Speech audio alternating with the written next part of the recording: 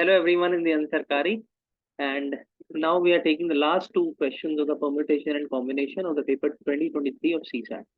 तो आज हम देखेंगे कि जो दो सबसे डिफिकल्ट क्वेश्चंस कौन से थे CSAT के पेपर में और उनको हम देखते हैं. So the very first question is question number 54.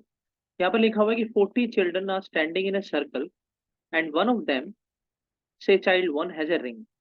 The ring is passed clockwise. Child 1 passed to child 2, child 2 passed to child 4, 4 passed to 7, and so on. After how many such changes, including child 1, will the ring be in the hands of child 1 again? यानी जो ring पास हो रही है वो कितनी बार, मतलब कितनी change होने के बाद कब नंबर 1 पोजीशन पर चाइल्ड 1 के पास वो रिंग वापस लौट कर आएगी, ये क्वेश्चन हमसे पूछ रहा है.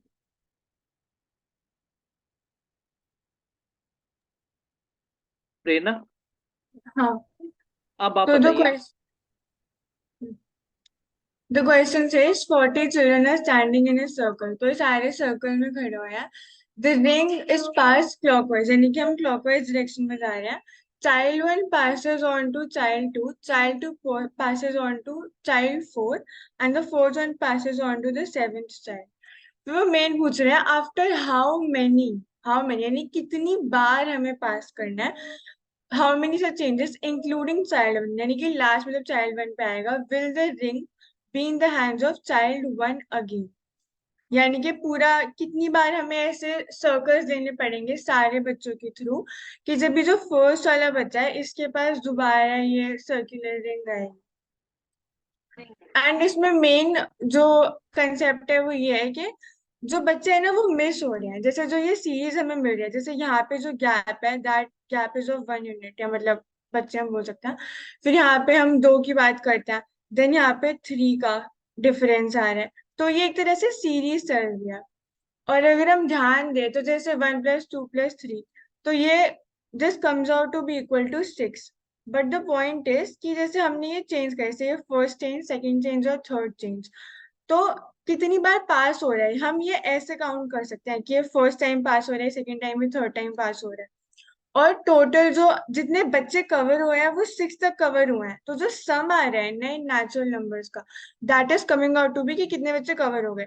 बट जो फाइनल एंड रिजल्ट में रिंग जिसके पास है, that is this particular number +1 equals to 7. तो ये जस्ट एग्जाम्पल के लिए था.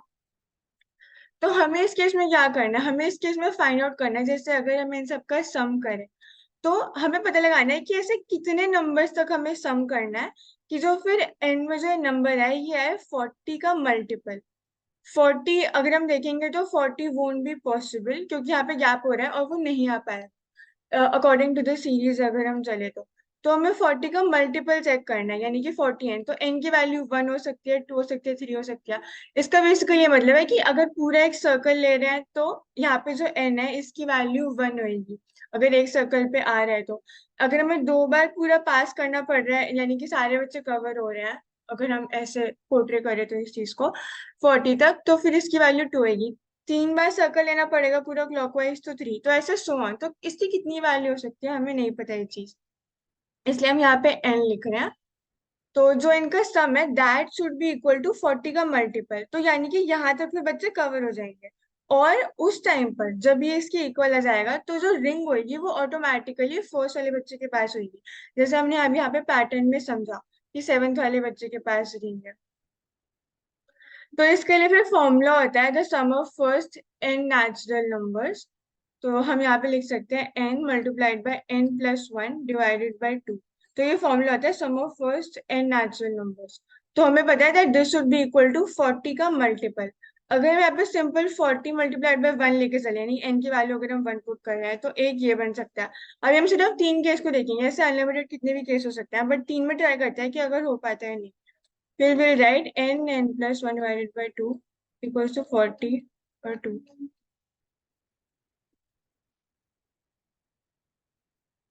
तो प्रवेश भी आपको यहाँ तक समझ में आया? नहीं प्रेरणा, नहीं है. क्या कहाँ पे नहीं समझ में आया, क्या पॉइंट हो गया? 40n, मतलब मुझे ये समझ ही नहीं आया कि मतलब हम इतना, जो इतना हमने ताम झाम भी किया, ये क्यों किया मतलब. तो ये तामझाम इसलिए कर रहा है बिकॉज यहाँ पे एन का मतलब है द नंबर ऑफ टाइम्स हम इन 40 बच्चों के थ्रू।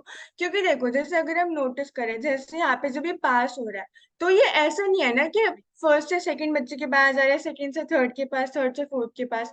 कोई ना कोई बच्चा जो है वो मिस हो रहा है पैटर्न के अकॉर्डिंग। जैसे यहाँ पे एक बच्चा मिस हो रहा है, थ्री थ्री के पास नहीं आ रही, फाइव के पास नहीं, सिक्स के पास नहीं आ रही। यहाँ पे करेंगे तो एट नाइन टेन के पास नहीं आएगी, फिर सीधा 11th वाले के पास आएगी।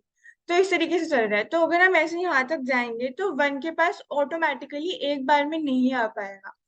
इसलिए हम यहाँ पर एन की वैल्यू दे रहे हैं कि हमें कितनी बार पूरा ये जो सर्कल है यानी कि जो रिंग पास हो रही है कितनी बार हमें सारे बच्चों से गो थ्रू करना पड़ेगा तब जाके कि हम 40 तक आ पाए। यानी कि जो ये सम है जैसे यहाँ पे सम 6 आ रहा है तो यानी सेवेंथ वाले बच्चे के पास रिंग है उससे नेक्स्ट वाले के पास। तो सम जो है वो 40 का मल्टीपल होना चाहिए फिर ऑटोमेटिकली जो जो पहले वाला बच्चा है, उसके पास रिंग जाएगी। ठीक है, आया तो समझ में? यहाँ पर जो हाँ 40 हमने लिया, तो बेसिकली 40 टोटल बच्चे हैं, इस वजह से 40 हाँ लिया। एन हमने इस हाँ वजह से लिया क्योंकि उसका हमें सम निकालना है, मतलब उसका मल्टीपल होना चाहिए। हाँ। और मल्टीपल क्यों होना चाहिए, हम क्यों मल्टीपल फोकस करें, हमने सिर्फ 40 क्यों नहीं लिखा है? हाँ, वही बताओ आप। अभी मैंने बताया ये सेम चीज।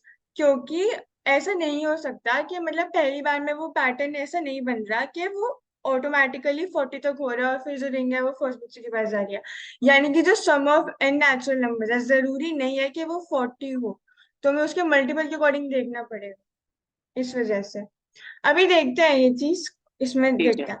तो ये एन बेसिकली ना नंबर ऑफ टाइम्स है। जैसे यहाँ पे हमने देखा कि रिंग कितनी बार पास हुई जब हम सेवेंथ तक आए, अगर इस पे फोकस करें तो सेवेंथ बच्चे तक। तो रिंग पास हुई है 3 बार, जैसे एक, फिर 2 से 4 दूसरी बार, फिर 4 से 7 तीसरी बार। तो 3 बार पास हुई है तो 6 बच्चे कवर हुए हैं। और उसके बाद फिर सेवन तक तो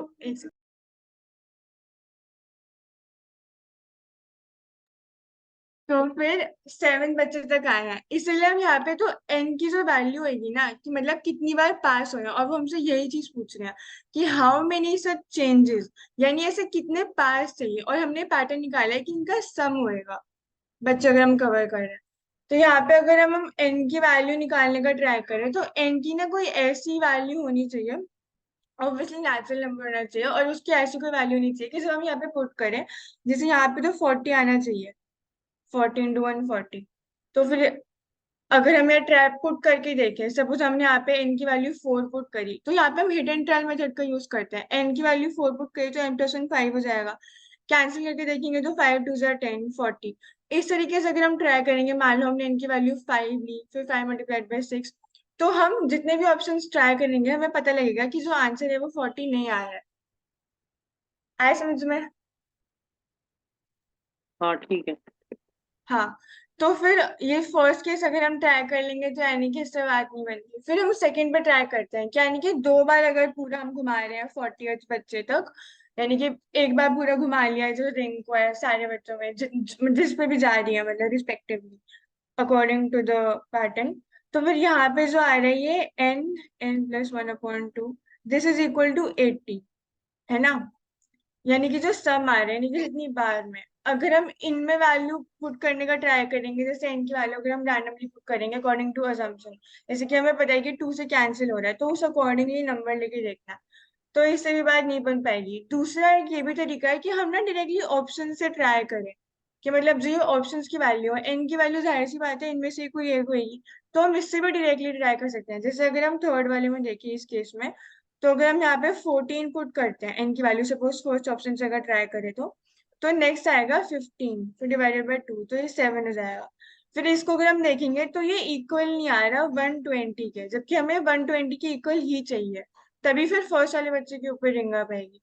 तो अगर हम नेक्स्ट नंबर 15 से ट्राई करते हैं इस चीज को, यानी कि 15 टाइम्स जो चेंजेस हुए हैं रिंग में, मतलब मतलब 15 15। टाइम्स घूम गया ना वो, 40, ये कह रहे हो ना? नहीं, 40 15 टाइम्स नहीं हुआ, 40 3 बार, मतलब कि जो ये 40 बच्चे हैं इनमें से हम देखो 3 बार प्रेरणा, हमने घुमाए। मैं हाँ बताता हूँ इसको। ऊपर करो प्रेरणा थोड़ा सा। हाँ, ऊपर थोड़ा सा और ऊपर। हाँ, हाँ यहाँ पर अगर प्रवेश तो प्रेरणा शुरू में बताई कि यहाँ पर अगर 6 बच्चा रहता है यहाँ पर, तो इसमें बोला है कि पहला जो बच्चा है वो रिंग पास करेगा एक बार, तो 2 के पास जाएगा। 2 से पास करेगा तो 2 से फिर 3 में नहीं जाएगा, 2 से 4 में दाएं जाएगा, तो 2 का डिफरेंस है। फिर 4 के मतलब बाद यहाँ फिर हमने हाँ, तो, वो तो तो हमने पैटर्न लिया ना, वन प्लस पैटर्न ले टू लिया, प्लस थ्री पैटर्न समझ गया, हाँ वैसे ही पैटर्न 6 जन के लिए, 6 जन के लिए ये पैटर्न है। तो 10 जन के लिए क्या रहेगा, अगले बार 1 + 2 + 3 + 4 होगा। ठीक है, तो 10 जन होता तो 4 में पहला बार में हो जाता, 1 + 2 + 3 + 4, 10 हो रहा है। लेकिन 11 होता तब वापस से स्टार्ट होता पूरा का पूरा, तो ऐसे ही 40 दिया हुआ है। तो 40 के लिए क्या करना पड़ेगा, 1 + 2 + 3 प्लस ऐसे से dot dot dot dot n तक, है ना, कुछ भी हो सकता है एन का वैल्यू। ठीक है। ठीक है, ठीक है। तो वही यहाँ पर निकाल रहे हैं कि 40 तक का है, तो 40 बार में क्या होता है, पहला केस लिए हम लोग कि 40 एक बार होता है। हो सकता है ना कि पहला बार में 37 तक पहुंचे, अगला बार डायरेक्ट ऐड ऐसा नंबर ऐड हो कि 1 से आगे निकल जाए, फिर हो सकता है सर्कल में, समझ हाँ रहे हो। मतलब 40n, हाँ 40n तक तो मैं समझ गया कि 40n+1 और बाय 2 ये करेंगे। हाँ, ये पहला हो गया, ठीक है। तो ये आना हाँ चाहिए तभी जा करके होगा पूरा। ऐसे भी तो हो सकता है ना, पहला बार में अगर नंबर डालोगे 15 या 16 कुछ भी नंबर डालोगे, तो 40 है, 40 टच नहीं कर रहा है, वो 39 में रुका हुआ है, अगला बार 39 से डायरेक्टली वो 9 में चले गया। ऐसे तो हो सकता है ना, रिंग 1 ठीक तो है। टच ही हाँ नहीं किया। तो इसलिए हम लोग केस ढूंढ रहे हैं कि 40 का, कि 40 का पहला 40, दूसरा केस है 80 का, तीसरा केस है 120 का, 3 बार ले रहे हैं इसलिए। ठीक है। क्योंकि ये एक राउंड तो पूरा नहीं हो पा, एक राउंड हुआ तो हो नहीं पाया, तो अगला राउंड में देखते हैं फिर, चलो अगला तो मैं राउंड में वही पूरा बोल नहीं हो रहा हूँ पाया। ना, 40, हाँ मैं वही बोल रहा हूँ ना कि 40 का एक राउंड है, तो पहले हाँ एक बार घुमा के देख रहे हैं, फिर 2 बार, हाँ, फिर 3 बार। दूसरा तीसरा, तो वही 30 बार वैसे करके। तो जो घूमेगा, जो दूसरा राउंड घूमेगा, तो 1 से थोड़ी, फिर एन का वैल्यू 1 से थोड़ी स्टार्ट होगा, वो तो पुराना राउंड का प्लस होगा ना, दूसरा राउंड का जो एन का वैल्यू होगा। हाँ सही बात है। तो फिर उसी का निकाल रहा है, तो उस तो फिर क्या, n + n = n+1/2 = 40 इंटू जितना भी होगा, 1 2 3 4 कितने भी हो सकता है। ठीक है, ठीक है। अब इसमें बस चेक करने के ऐसे निकालने में टफ है। तो वही प्रेरणा बता रही है कि हम आंसर से क्यों नहीं आंसर निकालेंगे, यहाँ लिखा हुआ है 14 15 16 17, एक एक करके डालो, आंसर निकल जाएगा इसमें से। वो बोलना चाह रहे, हम एन ठीक है, तो निकालेंगे, अभी एन प्रेरणा स्क्वायर ने प्लस कौन एन। सी वैल्यू डाल है? हाँ, तो पहले डाले 14, नहीं हुआ उसमें, तो 15 डाले, तो 15 में निकल जाएगा फिर। तो तो 15 अगर हम लिखते हैं तो नेक्स्ट 16 हो जाएगा /2, तो ये अकॉर्डिंग टू फॉर्मूला है। अब हमें चेक करना है कि ये आंसर क्या आ रहा है यहाँ। तो 8 तो अगर यहाँ पे 120 आ रहा है, इट मीन्स के 15 करेक्ट आंसर है, यानी कि 15 बार जो रिंग है वो पास होगी, और तब जाके फिर मतलब ऐसे जो निकाल पहला सकते बच्चा है। थे लेकिन लंबा लगता, तो इसने यहाँ तक पहुंचाया फॉर्मूला को, उसके बाद फॉर्मूला में डाला आंसर डायरेक्टली, ताकि आंसर निकाल ले। समझ में आया प्रवेश। हाँ अब नहीं वो तो मेरे को समझ आ गया, पीछे वाला तो पीछे जी, वाला आसान है, अगर आगे ये वाला 40 नहीं मुश्किल। होता, 90 होता, तो नब सेम केस लेते हैं। तो 90n करते। हाँ, और अगला बार फॉर एग्जाम्पल 1 + 2 + 3 ऐसा अगर है, तो अगर होता 1 + 1 + 1 ऐसे करके होता, तब भी सेम केस लेते, देखते हैं कैसे इसको फॉर्मूला यूज करना है, तो फॉर्मूला यूज करके निकालना है राउंड पैटर्न को। और ये दिमाग में अगर रखना। यहाँ पर, अगर यहाँ पर जैसे अभी तो हमने सब निकाला, 1 + 2 + 3 6 आ गया, हम्म और +1 हमने इसलिए किया क्योंकि पहले वाले के पास आएगी तो वो ऐड भी हो गया, तो 7। अगर यहाँ पे हम नहीं एक नहीं और नहीं नहीं पैटर्न दिया होता, वन नहीं प्लस टू नहीं हम्म प्लस एक फोर सेकेंड रमेश भैया, वो +1 इसलिए नहीं है क्योंकि इंक्लूडिंग द चाइल्ड 1, वो +1 इसलिए है क्योंकि ये बताने के लिए कि 7वीं वाली है, यानी कि जो नेक्स्ट बच्चा है ना, जैसे वो 1 ही है। 6वीं के बाद नेक्स्ट 7th है, हम्म तो उसके बाद 7th वाले पे आएगा रिंग, हाँ ये वही बोल रहा बताने। हूँ ना मैं कि मतलब वो जिसके पास रिंग आई उसको ऐड कर दिया। हाँ हाँ तो मैं ये कह रहा हूँ कि अगर जैसे अभी यहाँ इस क्वेश्चन में तो हमारे पास 3 पैटर्न है, 1 + 2 + 3, लेकिन अगर 1 + 2 + 3 + 4 होता, और उसमें भी फिर यही करते ना कि 4 5 7 8 9 10 तो 11। प्रवेश भैया, ये जस्ट एग्जाम्पल है समझाने के लिए, हमने 1 + 2 + 3 लिया, हम 1 + 2 + 3 + 4 लेके भी ये सेम चीज समझा सकते थे।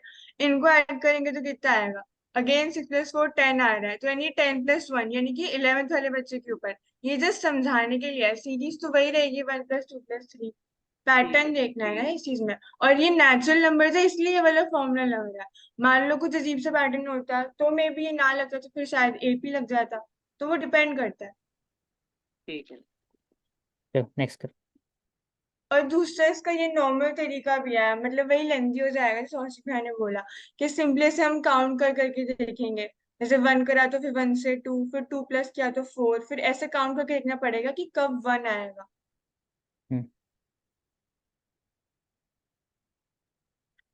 ठीक है, अब हम देखते हैं 68 क्वेश्चन। तो यहाँ पर लिखा हुआ है there are 5 persons P, Q, R, S and T, each one of whom has to be assigned one task. Neither P nor Q can be assigned task 1. Task 2 must be assigned to either R or S. In how many ways the assignment can be done? तो प्रेरणा यहाँ पे शायद 5 lines draw करनी पड़ेगी और उसमें फिर हमें लिखना पड़ेगा कि 1 2 3 4 5 टास्क, और जिसको मिल रहा है उसका वहां पे लिखना पड़ेगा, और फिर जो बच गया उसका शायद ये परमुटेशन का क्वेश्चन है। ठीक है, ऐसे करके लिख लेते हैं। जैसे यहाँ पे 5 टास्क है तो टास्क लिख दिए। फिर यहाँ पे हमें लिखना पड़ेगा के ऑप्शंस, यानी कि हमारे पास कौन कौन से ऑप्शन है कि किन किन को, यानी कि जो ये लोग हैं इनमें से किन किन लोगों को ये रिस्पेक्टिव टास्क हम दे सकते हैं, यानी कि ऑप्शंस क्या अवेलेबल है। टोटल अगर हम वो काउंट करेंगे फिर मल्टीप्लाई करेंगे तो जो रिजल्ट आएगा वो भी सही रहेगा। तो जैसे इसमें लिखा है task 2 must be assign to either R और एस, यानी कि टास्क 2 को हम किसी और को नहीं दे सकते, ना पी को, ना क्यू को, ना टी को, तो 2 ही ऑप्शन है। तो सबसे पहले हम यहाँ पे लिख लेते हैं 2।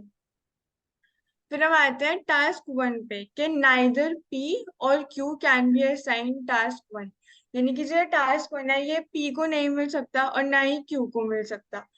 एक तो दो तो ये माइनस हो गए, टोटल हमारे पास 5 ऑप्शंस है ना, उसमें से 2 तो ये माइनस हो गए, प्लस एक ये माइनस हो गया जो हमने जिस भी इंसान को यहाँ पे बिठाया। वो मैटर नहीं करता कि हमने टास्क किसको दिया, आर को या एस को, बस ये मैटर करता है कि हमने इनमें से किसी एक को दिया है।